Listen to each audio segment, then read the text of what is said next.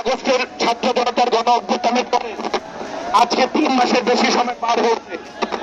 এখন আমরা আবার ইটের রং যে বদলায়, সেই রং বদলানোর মতো বিভিন্ন রাজনৈতিক দলের বিভিন্ন রং বদলানোর কথাবার্তা আমরা শুনতে পাচ্ছি।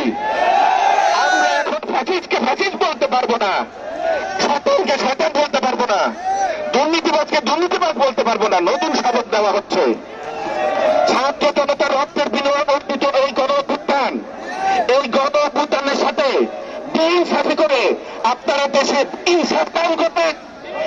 এ দেশের জনগণ এই যে দুর্নীতিরা রাজনীতিবিদ রাজনৈতিক দল চিন্তা কোনোদিন ভুল করে নাই, ভুল করবে না। ছাত্র জনতার রক্ত অর্জিত এই বিপ্লব, এই বিজয় আমরা যে কোনো মূল্যে ধরে রাখবো। আমরা ফ্যাসিস্টকে ফ্যাসিস্ট বলবো, দুর্নীতিবাজকে দুর্নীতিবাজ বলবো।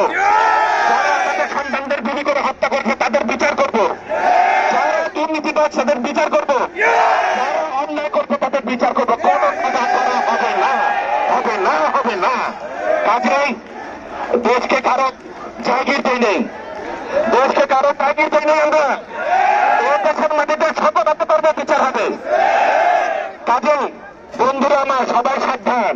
এই সুন্দর সুন্দর কথা বলে আপনার বিভিন্ন, আমি দুঃখ করে বলছি, আমাদের ধর্মের ধোঁক দিয়ে বিভিন্ন রকম বন্ধুদের কথা বলে জনগণকে বিভ্রান্ত করা যাবে না।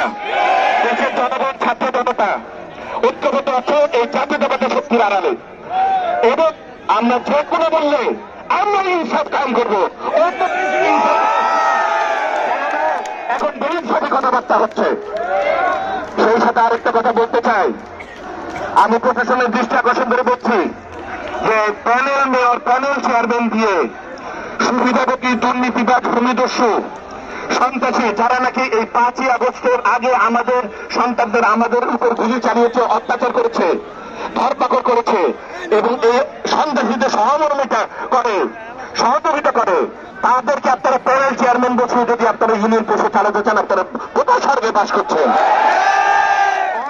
প্রশাসনের দৃষ্টি হিসেবে বলছি, আপনারা সিদ্ধান্ত পুনর্বিবেচনা করুন। কারণ এ দেশের জনগণ এই ভোটচোর, এই দুর্নীতিবাদ, এই সন্ত্রাসী, এইসব তথাকথিত প্যানেল চেয়ারম্যান যারা নাকি ভোট মানুষের প্রতিনিধিত্ব করে না, তাদেরকে মেনে নিবে না এবং যে কোনো পর্যায়ে তাদেরকে